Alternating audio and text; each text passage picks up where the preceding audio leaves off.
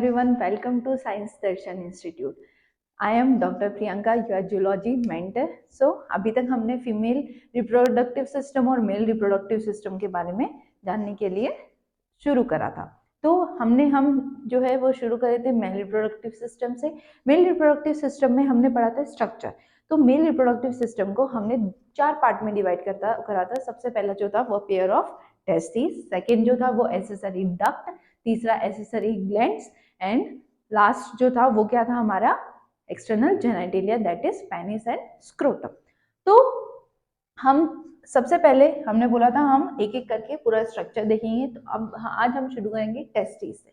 तो टेस्टिस हमें हमारे डायग्राम से, प्रीवियस डायग्राम से हमें ध्यान है हम कहाँ की बात कर रहे हैं। तो ये हमारा स्क्रोटम के अंदर, ये दोनों तरफ स्क्रोटम के अंदर दोनों तरफ टेस्टिस सिचुएटेड होती है। तो अगर हम टेस्टिस का स्ट्रक्चर या फिर टेस्टिस को डीपली देखते हैं तो टेस्टिस जो होते हैं वो कैसे स्ट्रक्चर है, इसका ओवल स्ट्रक्चर है। कैसे स्ट्रक्चर है? ओवल शेप्ड होती है। कैसे शेप्ड में होती है? Oval shaped. उसके बाद में अगर हम देखेंगे तो ये जो टेस्टिस होती हैं वो पेयर्ड स्ट्रक्चर होता है ना, are paired structure, are paired structure. Paired structure मतलब दोनों तरफ है ना, दोनों तरफ हमें देखने को मिलेगा। अच्छा, टेस्टिस का जो वर्क है, अगर हम फंक्शन की बात करेंगे टेस्टिस के, तो टेस्टिस का क्या काम है? टेस्टिस का काम है स्पर्म का प्रोडक्शन करना। ठीक है, क्या काम है इसका? Formation of sperm, formation of sperm, formation of sperm. ये कौन करवाएगा? टेस्टिस। उसके बाद में अगर हम देखेंगे तो हॉर्मोन्स, हॉर्मोन्स का प्रोडक्शन करना भी इसका काम है। टेस्टिस का हार्मोन प्रोडक्शन करेगा। कौन सा हार्मोन बनाएगा? टेस्टोस्टेरोन या फिर एंड्रोजन। कौन सा हार्मोन? टेस्टोस्टेरोन, टेस्टोस्टेरोन या फिर एंड्रोजन, या फिर एंड्रोजन। अच्छा, इसमें अगर हम बात करें ब्रेन से, मतलब हाइपोथैलेमस से अगर बात करें हम, तो स्पर्म का जो प्रोडक्शन कराता है वो कौन करवाता है? एफएसएच। ये हम आगे के लिए पढ़ रहे हैं ना, अभी सिर्फ एक तरीके से हम सिर्फ एक जानकारी दे रहे हैं ताकि आगे हम पढ़ें तो कोई दिक्कत ना आए, है ना। तो okay, what is this? FSS जो है वो क्या करवाएगा? स्पर्म के प्रोडक्शन करने में हेल्प करेगा। वहीं अगर टेस्टोस्टेरोन हार्मोन जो है उसको इंक्रीज करने के लिए कौन हेल्प करेगा? एलएच हार्मोन, है ना, LH hormone. Okay, luteinizing hormone, जिसको हम क्या बोलते हैं? LH hormone. ओके, नाउ अब अगर हम आगे पढ़ते हैं तो टेस्टिस जो है वो फीमेल में हम हर एक स्ट्रक्चर का होमोलोगस देखेंगे। होमोलोगस भी क्वेश्चन आता है, like what is the homologous of corpus gland? Okay, what is homologous of bulbo urethral gland, sorry. उसके बाद में what is the homologous of testis? तो in female the homologous of testis is ovary, है ना। तो अगर हम बात करें फीमेल के अंदर, फीमेल के अंदर टेस्टिस का जो होमोलोगस है, होमोलोगस है, टेस्टिस का होमोलोगस है वो क्या है? टेस्टिस का होमोलोगस ओवेरी। ठीक है, testis homologous is ovary. Okay, ध्यान रहेगा। तो हमने देख लिया टेस्टिस जो होता है उसका कैसा शेप होता है, उसका क्या फंक्शन होता है, स्पर्म का प्रोडक्शन करना एंड हॉर्मोन्स बनाना। उसके बाद में हमने ये भी देख लिया कि इसका होमोलोगस क्या है। अब हम ये बात करते हैं कि टेस्टिस जो है वो कहाँ पर लोकेटेड रहती है। क्या ये ऐसा हमने सुना भी है कि टेस्टिस आर लोकेटेड एक्स्ट्रा एब्डोमिनली, मतलब आउटसाइड द एब्डोमिनल कैविटी। तो कहाँ पर सिचुएटेड रहती है? Extra abdominally, extra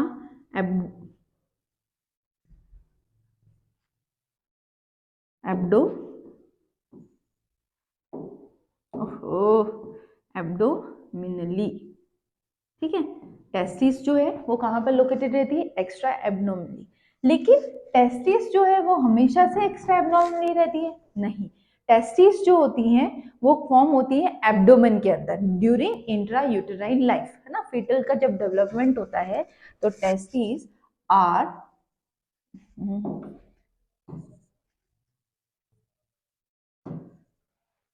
okay, this pen, testes are located in, are formed in abdomen are formed in abdomen. Testes are formed in abdomen during fetal development.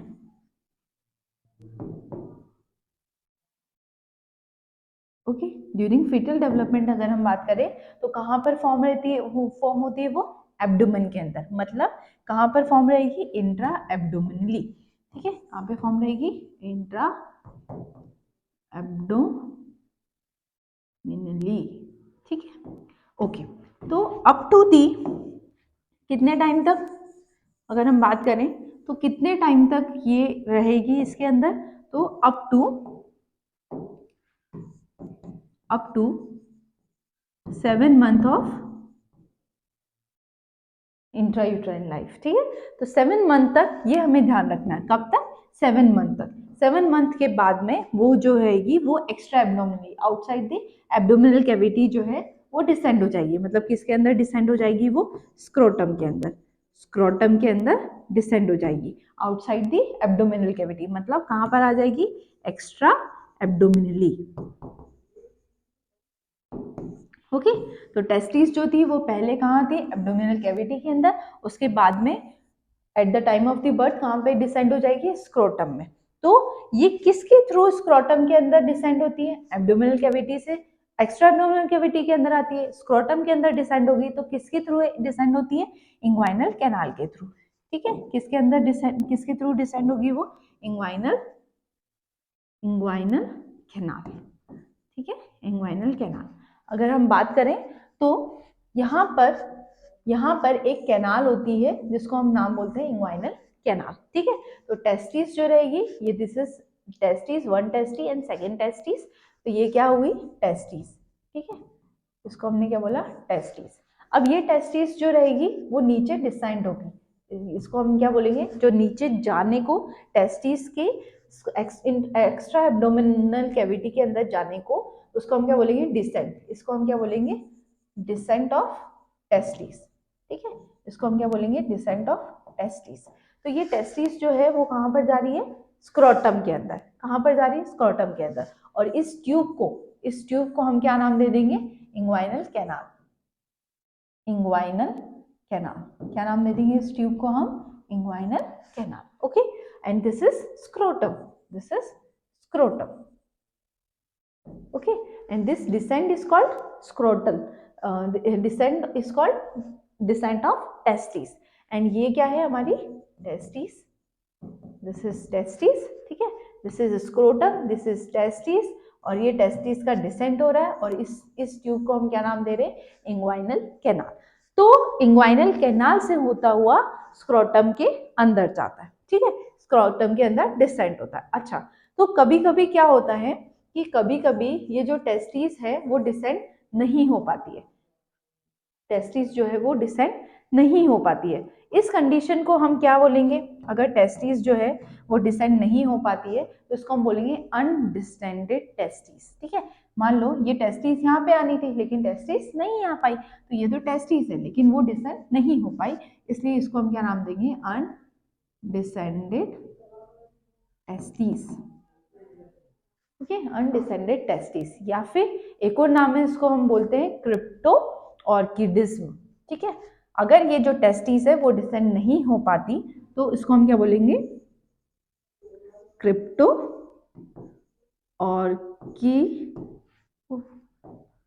ऑर्किडिज्म, ठीक है, undescended testis को हम क्या बोलेंगे, क्रिप्टो ऑर्किडिज्म। अगर अब ये जो क्रिप्टो ऑर्किडिज्म है वो किस तरीके से हम उसको ट्रीट करेंगे, है ना, तो एक सर्जिकल प्रोसेस होता है, उसके थ्रू क्या होगा, जो टेस्टिस होंगी वो स्क्रोटल सैक के अंदर, testis are descend into scrotal sac via surgical process called orchiopexy, ठीक है, क्या बोलेंगे, ऑर्कियोपेक्सी,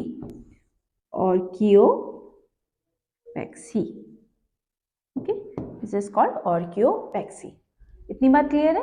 तो अगर टेस्टिस जो है वो डिसेंड नहीं हो पाती है तो उस कंडीशन को हम क्या बोलेंगे, क्रिप्टो ऑर्किज्म।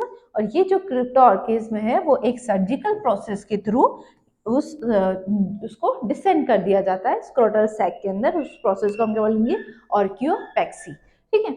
अगर ये अनडिस्टेंडेड टेस्टिस हैं तो क्या दिक्कत है, क्या दिक्कत है, ये अगर इसमें भी यहाँ पे भी रहती है तो ये शायद यहाँ पे भी अपना काम कर लेगी, तो इसमें क्या दिक्कत है? जी नहीं, ये अगर ये अनडिस्टेंडेड टेस्टिस ही रहती हैं तो ये इस पर्सन में इनफर्टिलिटी कॉज कर सकती है ना, इनफर्टिलिटी और वेरियस डिसीजेस जो है वो कैंसर वगैरह अलग अलग डिसीजेस कॉज कर सकती है। अच्छा, टेस्टिस का स्क्रोटम के अंदर ही आना जरूरी क्यों है? क्योंकि स्क्रोटम जो है वो एक ऐसा एनवायरनमेंट क्रिएट करता है टेस्टिस के लिए, वहां टेस्टिस अपना काम कर सके। टेस्टिस का काम क्या है? स्पर्म का प्रोडक्शन करना। मतलब टेस्टिस के अंदर क्या होता है? स्पर्मेटोजेनेसिस। तो स्पर्मेटोजेनेसिस का जो काम है वो कब होगा? जब टेस्टिस को उस तरीके का एनवायरनमेंट मिलेगा, और उस तरीके का एनवायरनमेंट उसको कौन प्रोवाइड करता है? स्क्रोटम। कौन प्रोवाइड करता है? स्क्रोटम। सो अगली चीज देखेंगे हम स्क्रोटम के बारे में। ठीक है, तो ये जो स्ट्रक्चर होता है इसको हम क्या बोलते हैं? स्क्रोटम, है ना, दोनों तरफ हमें देखने को मिलेगा। This is scrotum. अच्छा, अगर हम डायग्राम की बात करें तो ये क्या है? Urinary bladder. This is called urinary bladder. Okay, is called urinary bladder. उसके बाद में ये यहां से अगर हम बात करें तो ये क्या हो गई? Testis. These both structure are called testes. Testis के बाद में ये हाईली कॉइल्ड जो स्ट्रक्चर होता है, दिस इज, ये इसको हम क्या बोलेंगे? Scrotum. Called scrotum. Highly coiled structure जो है इसको हम क्या बोलते हैं? एपिडिडाइमस। तो इसको हम क्या नाम देंगे? एपिडिडाइमस। ओके, एपिडिडाइमस के बाद में ये जो एक ट्यूब जा रही थी ऊपर की तरफ, उसको हम क्या नाम दे रहे थे? क्या नाम दे रहे थे? Vas deferens. This is called vas deferens. Okay, this is called vas deferens. अच्छा, वास डिफरेंस जो है वो एक डक्ट के साथ में जुड़ रहा था, और वो डक्ट और वास डिफरेंस मिलके एक कॉमन डक्ट बना रहे थे। ये जो डक्ट है उसका नाम क्या है? Seminal vesicle. क्या बोल रहे थे हम इसको? Seminal vesicle. This is called seminal vesicle. Okay, अब वास डिफरेंस और सेमाइनल वेसिकल एक कॉमन डक्ट बनाएंगे जिसको हम क्या नाम दे रहे हैं? इजैकुलेटरी डक्ट, जिस कॉल्ड इजैकुलेटरी डक्ट। अच्छा, इजैकुलेटरी डक्ट, ये पीछे हमारे एक ग्लैंड होती है जिसको हम क्या नाम दे रहे थे? Prostate gland. This is called prostate gland. Okay, और इसके अलावा ये जो है वो क्या हो गया? यूरेथ्रा, जिसके अंदर ओपन हो रहा है। ठीक है, यूरेथ्रा के अंदर ओपन हो रहा है। तो हम किसकी बात कर रहे हैं? स्क्रोटम की बात कर रहे हैं। इसके बारे में बात कर रहे हैं? स्क्रोटम के बारे में। तो स्क्रोटम जो है वो एक बैग लाइक स्ट्रक्चर होता है। क्या होता है ये? एक बैग लाइक स्ट्रक्चर होता है। बैग लाइक स्ट्रक्चर होता है। It is bag like structure which hold and protect testes, which hold and protect testes। ठीक है, which hold and protect testes। तो अब किस तरीके से होल्ड और किस तरीके से प्रोटेक्ट करता है, किस तरीके से टेस्टिस का एक एनवायरनमेंट बनाएगा? ये क्या करेगा? स्क्रोटम जो है वो अपना टेम्परेचर, बॉडी टेम्परेचर कितना होता है? 37 डिग्री सेल्सियस। तो बॉडी टेम्परेचर से 2 से 2.5 डिग्री सेल्सियस कम रखता है ताकि उसमें टेस्टिस जो है वो अपना काम कर सके। ठीक है, तो ये जो है स्क्रोटम प्रोवाइड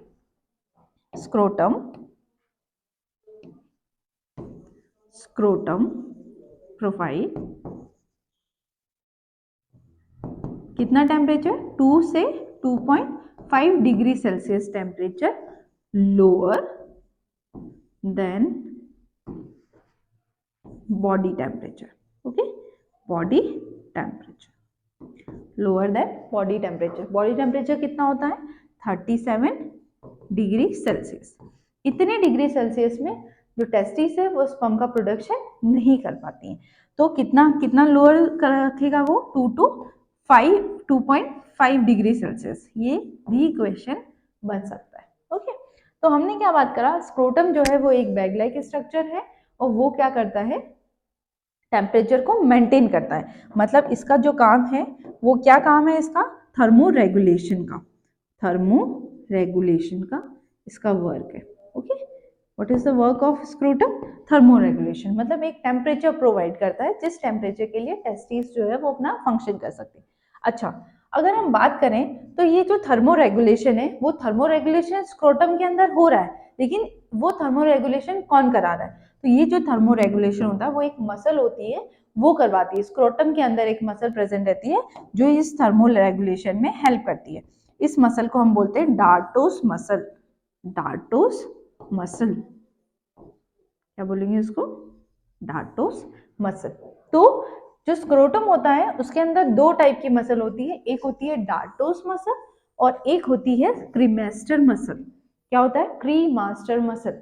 सो जो डार्टोस मसल होती है वो act as a thermo, it act as a thermo regulator, है ना, it act as a thermo regulator. Okay, कैसे करेगी ये थर्मो रेगुलेशन, जब कोल्ड का वेदर रहेगा तो कोल्ड वेदर में ये क्या करेगी, टेस्टिस को कॉन्ट्रैक्ट करेगा, ठीक है, एंड स्क्रोटम को कॉन्ट्रैक्ट करेगा, और ड्यूरिंग वार्म वेदर ये टेस्टिस को क्या करेगी, जो स्क्रोटम रहेगा उसको क्या करवाएगा, रिलैक्स कराएगा। सो इन कोल्ड, कोल्ड में अगर हम बात करेंगे तो ये क्या करवाएगी, कॉन्ट्रैक्ट कराएगी, और अगर वार्म में, वार्म वेदर की बात करें तो ये रिलैक्स कराएगी, ठीक है, किसको, स्क्रोटम को, ठीक है। अगली अगर हम बात करें तो क्रीमास्टर मसल, क्या है अगली का नाम, क्रीमास्टर मसल। क्रीमास्टर मसल जो रहती है वो टेस्टिस और इंग्वाइनल कैनाल दोनों की तरफ रहती है सराउंडेड इट, और उसके साथ में ये जो रहेगी वो help in elevation of testis. तो कहाँ पे सराउंडेड रहती है, surrounded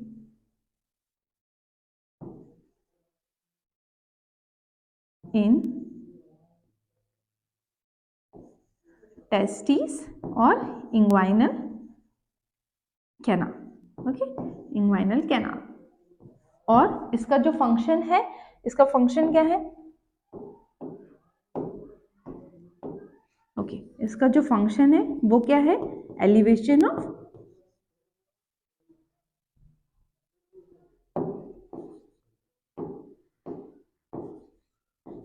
elevation of testis. Okay, testis का एलिवेशन करने का काम कौन करवाएगा, क्रीमास्टर मसल। क्रीमास्टर मसल का काम है टेस्टिस को एलिवेट करने का।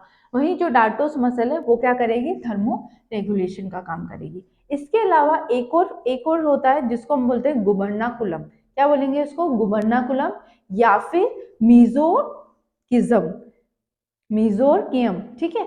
ये क्या करेगा, जो टेस्टिस है उसको अटैच करके रखेगा स्क्रोटल सैक से, ठीक है। अगला जो स्ट्रक्चर है उसको हम क्या बोलेंगे, गुबर्नाकुलम, गुबर्नाकुलम अटैचेस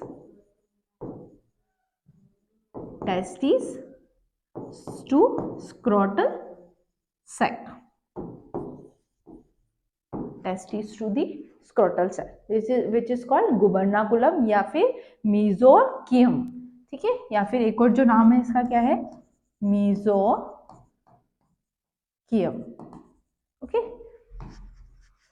नाउ अब आगे हम देखेंगे इंटरनल स्ट्रक्चर ऑफ टेस्टिस, है ना। अभी तक हमने किसके बारे में देखा, टेस्टिस और स्क्रोटम के बारे में। तो इंटरनल स्ट्रक्चर ऑफ टेस्टिस की अगर हम बात करते हैं तो टेस्टिस जो होती है उसमें 3 कोटिंग्स रहती है, मतलब 3 लेयर से वो क्या रहती है, कवर्ड रहती है। सबसे पहली अगर हम बात करें,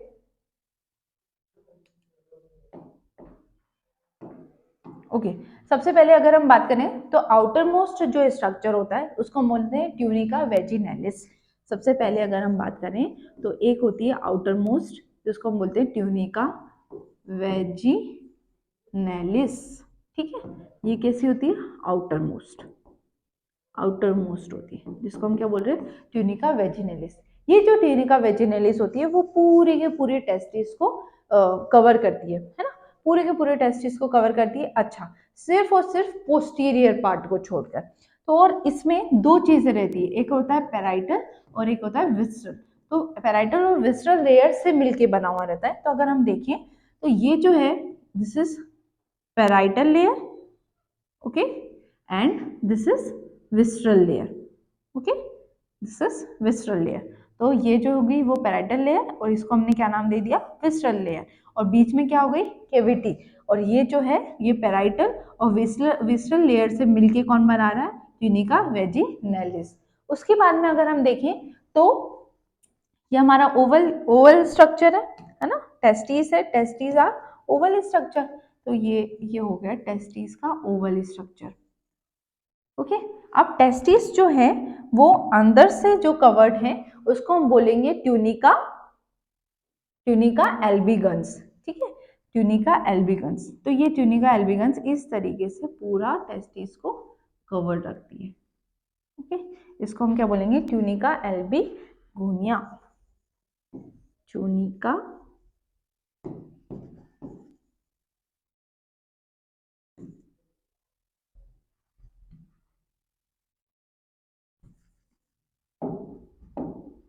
एल्बिनिया, ठीक है। अब सबसे लास्ट में एक, ये पूरे पूरे उसको कवर करती है। सबसे लास्ट में हम देखेंगे कि एक और लेयर होती है जिसको हम बोलते हैं ट्यूनिका वस्कुलोसा, ठीक है। ट्यूनिका वस्कुलोसा जो रहेगी वो ये जो ट्यूब्यूल्स रहेंगे उनको कवर करके रखेगी, इस तरीके से, इस तरीके से पूरा कवर करके रखेगी। उसको हम बोलेंगे tunica vasculosa, this is called tunica vasculosa, tunica vasculosa, ठीक। तो जो थर्ड लेयर हो गई अपनी हमारी, उसको हमने बोला ट्यूनिका वस्कुलोसा, ठीक है। तो कितनी लेयर हो गई, 3 लेयर हो गई। आउटर मोस्ट लेयर जो रहेगी tunica vaginalis, inner most layer, middle layer जो रहेगी वो ट्यूनिका एल्बिगोनिया, एंड उसके नीचे ट्यूनिका वस्कुलोसा। अच्छा, जो ट्यूनिका वेजिनलिस है वो क्या करेगी, किसको कवर करेगी, वो होल होल जो टेस्टिस होती है, होल बॉर्डर्स को कवर करेगी एक्सेप्ट पोस्टीरियर बॉर्डर। ट्यूनिका एल्बिगन्स की अगर बात करेंगे तो ये पूरे के पूरे टेस्टिस को कवर करेगी। तो कवर ऑल अराउंड, ठीक है। और अगर ट्यूनिका वेजिनलिस की बात करेंगे तो ये जो ट्यूब्यूल्स है, टेस्टिकुलर ट्यूब्यूल्स है, उनको कवर करेगी। तो it cover testicular, it cover testicular tubules, okay, it cover testicular tubules. तो ये हमने देखा इंटरनल स्ट्रक्चर ऑफ टेस्टिस की 3 coatings. Outer most is tunica vaginalis, tunica albuginea middle most, and tunica vasculosa is inner most layer. Now अब हम आगे देखेंगे कि किस तरीके का टेस्टिस का स्ट्रक्चर होता है। सबसे पहले अगर हम बनाएं तो थोड़ा छोटा बनाते हैं,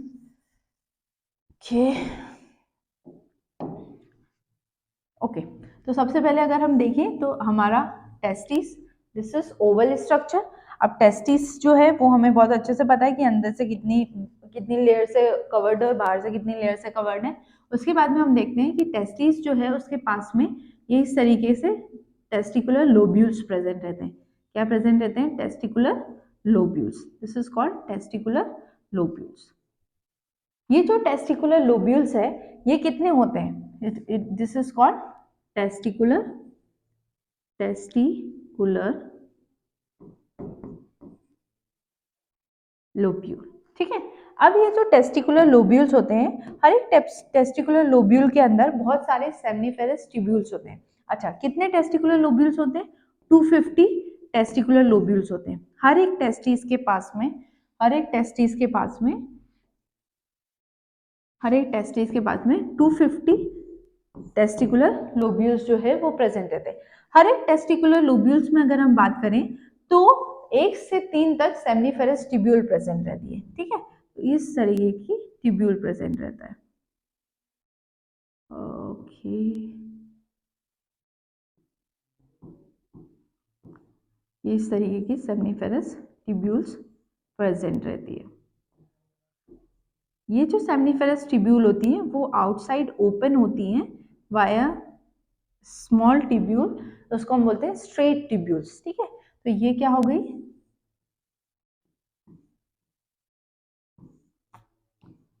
this is called seminiferous tubule, है ना। इसको हम क्या नाम दे रहे हैं, सेमनीफेरस ट्यूब्यूल। ये जो सेमनीफेरस ट्यूब्यूल्स होती हैं वो हर एक टेस्टिकुलर लोब्यूल के अंदर 1 to 3 प्रेजेंट रहती है। कितनी प्रेजेंट रहती है, 1 to 3।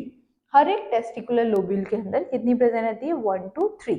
अब ये जो सेमनीफेरस ट्यूब्यूल्स होती हैं, ये सेमनीफेरस ट्यूब्यूल ओपन होती है किसके अंदर, एक नेटवर्क के अंदर, एक नेटवर्क के अंदर ओपन होती है, और इस नेटवर्क को हम क्या नाम देते हैं, रेक्टी टेस्टी, ठीक है।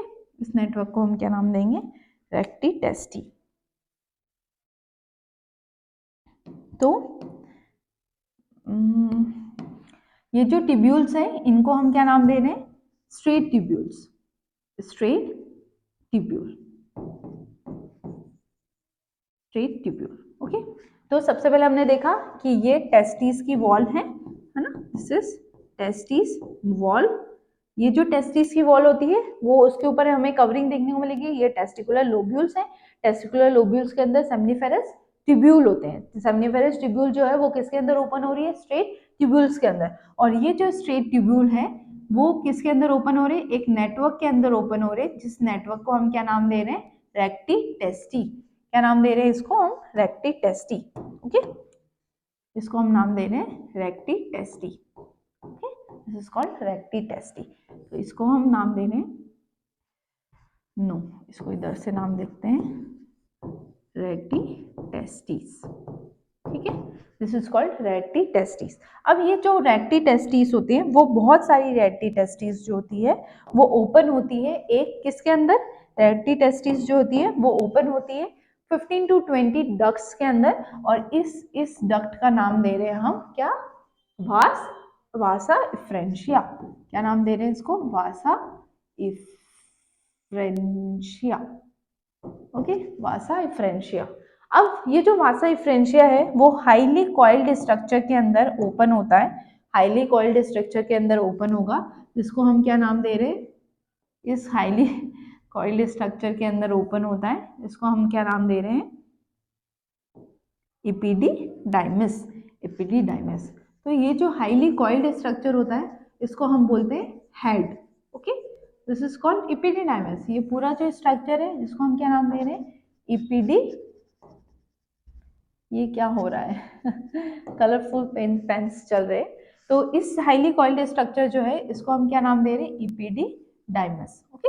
ये जो इपिडीडाइमस है उसके अलग अलग पार्ट होते हैं, इस इपिडीडाइमस के अलग अलग पार्ट होते हैं, इस पार्ट को हम बोलते हैं head, okay, it is called head. इसको हम बोलेंगे बॉडी, और this portion is called tail, okay. तो हमने देखा this is oval shaped testis, testis के अंदर सबसे पहले अगर देखेंगे तो सेमनीफेरस ट्यूब्यूल्स, है ना, क्या प्रेजेंट है, testicular lobules.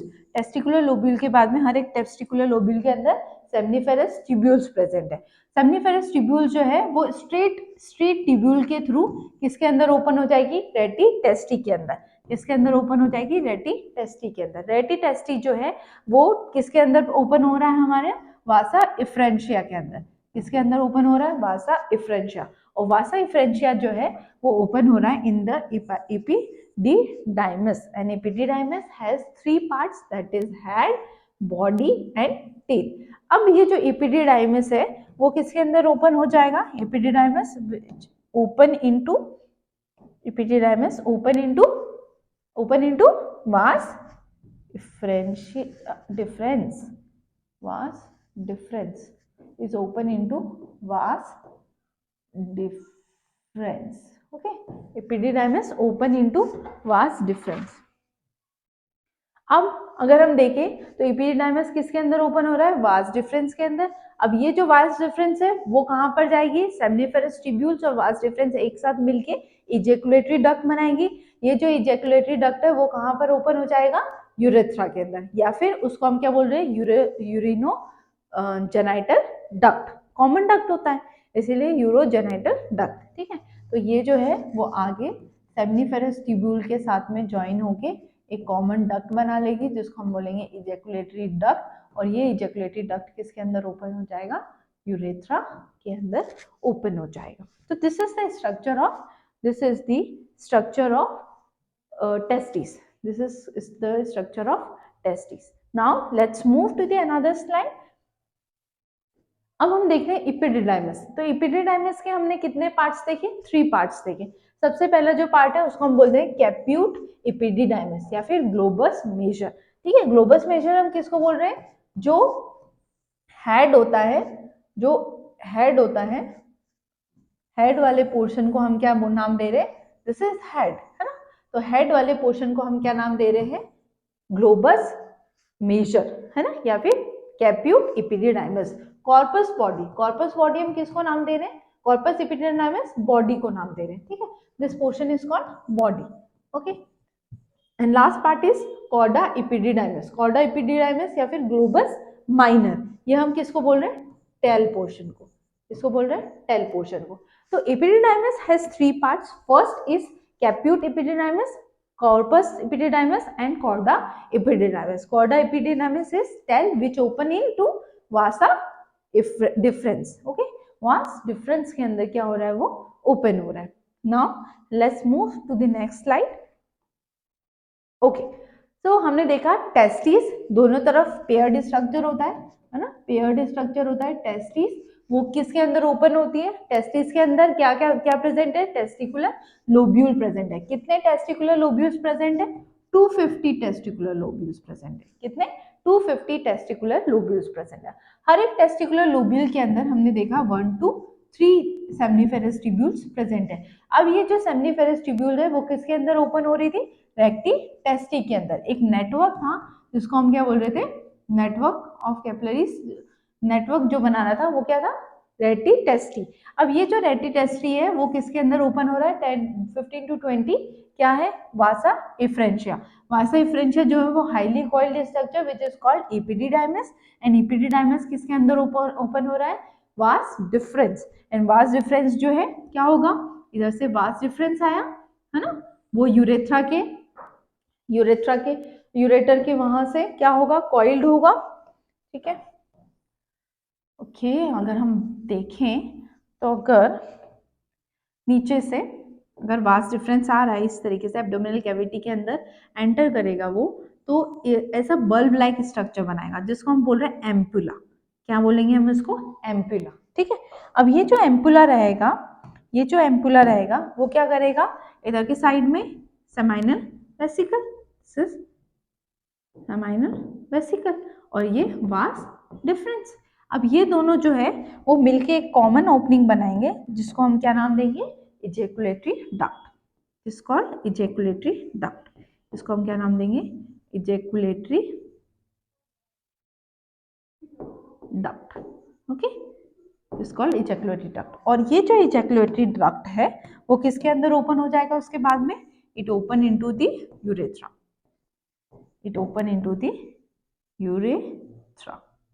okay. So ejaculatory duct open into the urethra. Now let's move to the next slide.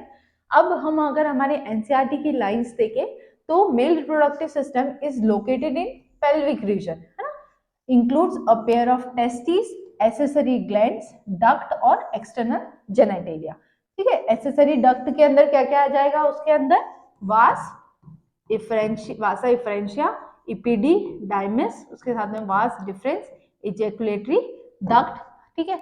Glands में अगर हम बात करेंगे तो 3 ग्लैंड्स के बारे में हमने पढ़ा था। कौन कौन सी ग्लैंड्स है, सेमाइनल वेसिकल और उसके साथ में prostate gland. Please do comment, prostate gland कितनी होती है, पेयर्ड स्ट्रक्चर और अनपेयर्ड स्ट्रक्चर। उसके साथ में एक और कौन सी ग्लैंड होती है, bulbo urethral gland, bulbo urethral gland. अच्छा, बल्बो यूरेथ्रल ग्लैंड का एक और नाम कौन सा है, प्लीज कमेंट करें। उसके बाद में testis are situated outside the abdominal cavity, a pouch which is called as scrotum, है ना। हम क्या बोल रहे थे, ये इस तरीके का एक पाउच होता है जिसके अंदर टेस्टिस जो है वो लोकेटेड रहती है। इस पाउच को हम क्या नाम दे रहे हैं, स्क्रोटम। ठीक, इसको हम क्या नाम दे रहे हैं, स्क्रोटम। और ये क्या है, दोनों तरफ टेस्टिस प्रेजेंट है। उसके बाद में scrotum help in maintaining the low temperature of the testis. कितना टेम्परेचर मेंटेन करके रखता है वो, कितना टेम्परेचर मेंटेन करके रखेगा, 2 to 2.5 degree Celsius lower body temperature से 2 to 2.5 डिग्री सेल्सियस कम रहेगा, जो किसके लिए इंपॉर्टेंट है, स्पर्मेटोजेनेसिस के लिए। उसके बाद में in adult each testis is oval in shape, है ना, और लेंथ कितनी होगी, 4 से 5 सेंटीमीटर, और अगर विड्थ की बात करेंगे तो 2 to 3 सेंटीमीटर प्रेजेंट रहेगी। अगर हम देखते हैं तो testis is covered by a dense covering, और इसके अंदर हर एक टेस्टिस के अंदर कितने कंपार्टमेंट्स होते हैं, जिसको हम क्या नाम दे रहे हैं, टेस्टिकुलर लोब्यूल्स। इसको हम क्या नाम दे रहे हैं, टेस्टिकुलर लोब्यूल्स। हर एक टेस्टिकुलर लोब्यूल्स जो होती हैं उसके पास में हाईली कॉइल्ड स्ट्रक्चर होता है, जिसको हम क्या नाम दे रहे हैं, सेमनीफेरस ट्यूब्यूल। ये जो सेमनीफेरस ट्यूब्यूल है वो क्या काम करती है, स्पर्म का प्रोडक्शन का काम करती है। ओके, मेल अगर एसेसरी डक्ट की बात करेंगे तो क्या क्या है पढ़ा हमने, रेक्टी टेस्टी, वास differentia, epididymis and vas deferens. उसके बाद में हमने देखा सेमनीफेरस ट्यूब्यूल्स। सेमनीफेरस ट्यूब्यूल्स जो रहती है वो किसके अंदर ओपन हो रही थी, वास इफ्रेंशिया, वास इफ्रेंशिया, और किसके थ्रू ओपन हो रही थी, रेक्टी टेस्टिस के थ्रू। एंड वास डिफरेंस जो है वो क्या, इफ्रेंशिया leave the testis and open into the epididymis, जो कि कहाँ पे सिचुएटेड है, पोस्टीरियर सरफेस के ऊपर। अब एपिडिडाइमस जो है वो किसके अंदर छोड़ रहा था, वास डिफरेंस के अंदर, वो कहाँ लेकर जा रहा था, एब्डोमिनल कैविटी के अंदर, और loop over the urinary bladder. Loop over the urinary bladder मतलब ये यूरिनरी ब्लैडर, ये यूरेटर, ये इस तरीके से यूरेटर आ रहा था, और इधर से इस तरीके से वास डिफरेंस आ रहा था। ठीक है, इस तरीके से वास डिफरेंस आ रहा था। तो ये क्या कर रहा है, रिसीव कर रहा है। यहाँ से कौन सी डक्ट आ रही थी, हमने देखा था सेमाइनल वेसिकल आ रही थी, जो कि किसके अंदर ओपन हो रहा है, यूरेथ्रा के अंदर, है ना, और जिसके थ्रू ओपन हो रहा है, इजैकुलेटरी डक्ट के थ्रू।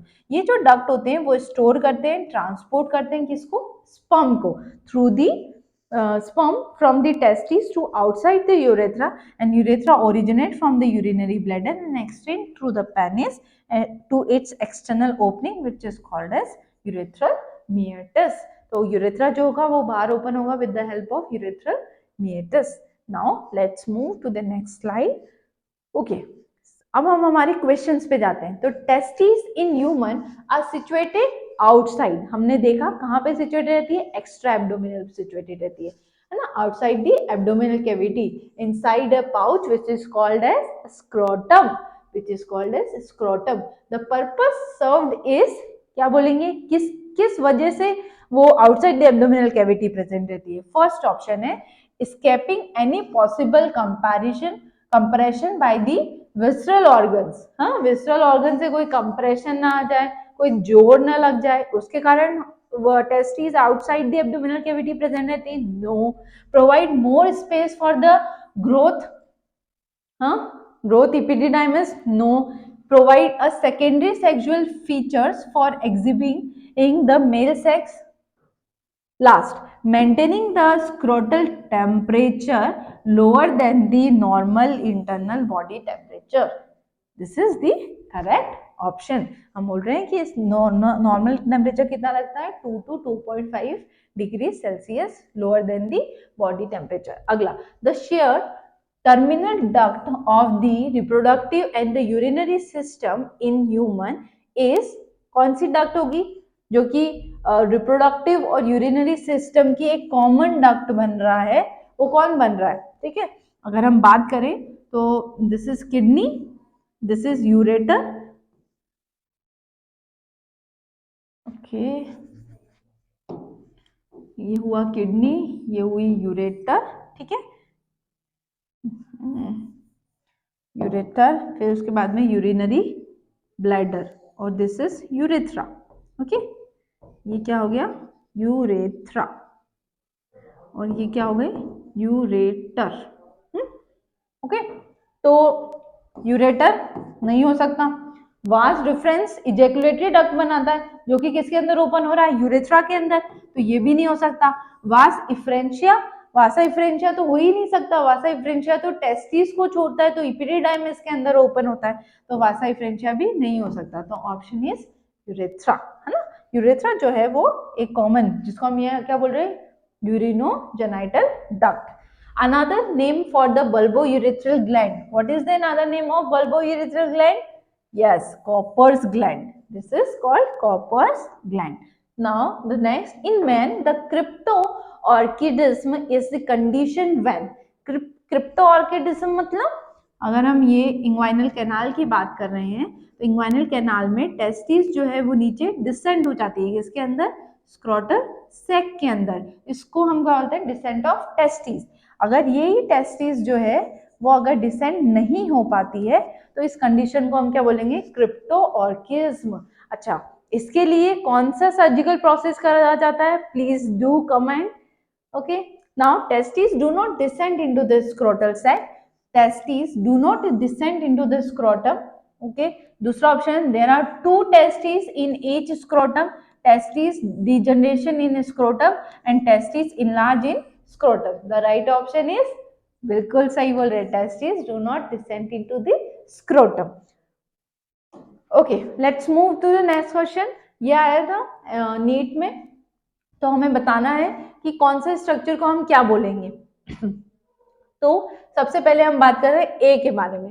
किसके बारे में बात कर रहे हैं, this is A, this is B, this is C and this is D. Okay, तो सबसे पहले मुझे बताओ कि ए को हम क्या नाम देंगे, दिस इज वास डिफरेंस, है ना। इस तरीके से ऊपर से आ रहा है, तो इसको हम क्या नाम दे रहे हैं, वास डिफरेंस। ठीक है, वास डिफरेंस। फिर उसके बाद में वास डिफरेंस मतलब यूरेटर तो हो ही नहीं सकता है, तो ये दोनों ऑप्शन हट चुके हैं। अब हम अगर हम देखेंगे वास डिफरेंस, तो वास डिफरेंस के बाद में अगला है सेमाइनल वेसिकल। बिल्कुल सही बात है, इसको हम क्या बोलेंगे, seminal vesicle. Vesicle, seminal vesicle. उसके बाद में क्या होगा, पीछे की तरफ एक ग्लैंड है, जिसको हम क्या नाम दे रहे हैं, एक पेयर्ड स्ट्रक्चर है, एक सिंगल ग्लैंड प्रेजेंट रहती है, जिसको हम क्या नाम दे रहे हैं, प्रोस्टेट ग्लैंड। ठीक है, जिसको हम क्या नाम दे रहे हैं, प्रोस्टेट ग्लैंड। एंड तीसरा ये क्या प्रेजेंट है, छोटी gland, paired structure, which is called as Cowper's gland या फिर बल्बो यूरेथ्रल ग्लैंड, है ना। तो which option is the correct one, yes, B option is the correct one. Let's move to the next slide. Okay, now correct chronological order of the following events. Okay, हम हमेशा बात कर रहे थे कि करेक्ट क्रोनोलॉजिकल ऑर्डर क्या होगा, है ना। तो हमने फर्स्ट लेक्चर में भी देखा था, तो सबसे पहले होगा गैमेटोजेनेसिस, तो ये तो सभी में है, गैमेटोजेनेसिस गैमेटोजेनेसिस गैमेटोजेनेसिस। अगला है गैमेट बनने के बाद में क्या डायरेक्ट फर्टिलाइजेशन हो जाता है, बिल्कुल नहीं। गैमेट बनने के बाद में पहले क्या होता है, इंसेमिनेशन। इंसेमिनेशन होने के बाद में क्या फर्टिलाइजेशन हो जाता है, हाँ, फीमेल के पास में आ गया तो फर्टिलाइज हो जाएगा, तो this option is correct. Now fertilisation होने के बाद में यूट्रस की वॉल से इम्प्लांट हो जाएगा, बराबर, तो इम्प्लांटेशन भी सही ऑप्शन है। अब इम्प्लांटेशन होने के बाद में पार्चुरेशन होगा कि गेस्टेशन होगा, तो पहले गेस्टेशन होगा, पहले वो क्या होगा, बड़ा होगा, फिर उसके बाद में क्या होगा, पार्चुरेशन होगा, तो the correct option is C. तो सबसे पहले गैमेटोजेनेसिस, फिर इंसेमिनेशन, फिर फर्टिलाइजेशन, फिर इम्प्लांटेशन, फिर gestation and then lastly parturition. So last option question हमारा, select the correct anatomical sequence. Okay, तो this is called scrotal sac and this is testes. Okay, scrotal sac, this is testes. testes के अंदर बहुत सारी क्या present है, seminiferous tubule. ये seminiferous tubule किसके अंदर ओपन हो रही है, रेक्टी टेस्टी के अंदर। रेक्टी टेस्टी जो है वो बहुत सारी ट्यूब्यूल के अंदर ओपन हो रहा है, जिसको हम क्या बोले हैं, वासा इफ्रेंशिया। वासा इफ्रेंशिया जो है वो हाईली कॉइल्ड स्ट्रक्चर के अंदर ओपन हो रहा है, जिसको हम क्या नाम दे रहे हैं, इपिडिडाइमस। इपिडिडाइमस ऊपर जाके क्या बना रहा है, वास डिफरेंस। वास डिफरेंस जो है वो सेमिनल वेसिकल के साथ में एक कॉमन डक्ट बना रहा है, जिसको हम क्या नाम दे रहे हैं, इजैकुलेटरी डक्ट। इजैकुलेटरी डक्ट किसके अंदर ओपन हो रहा है, यूरेथ्रा के अंदर। ठीक है, यूरेथ्रा के अंदर इजैकुलेटरी डक्ट।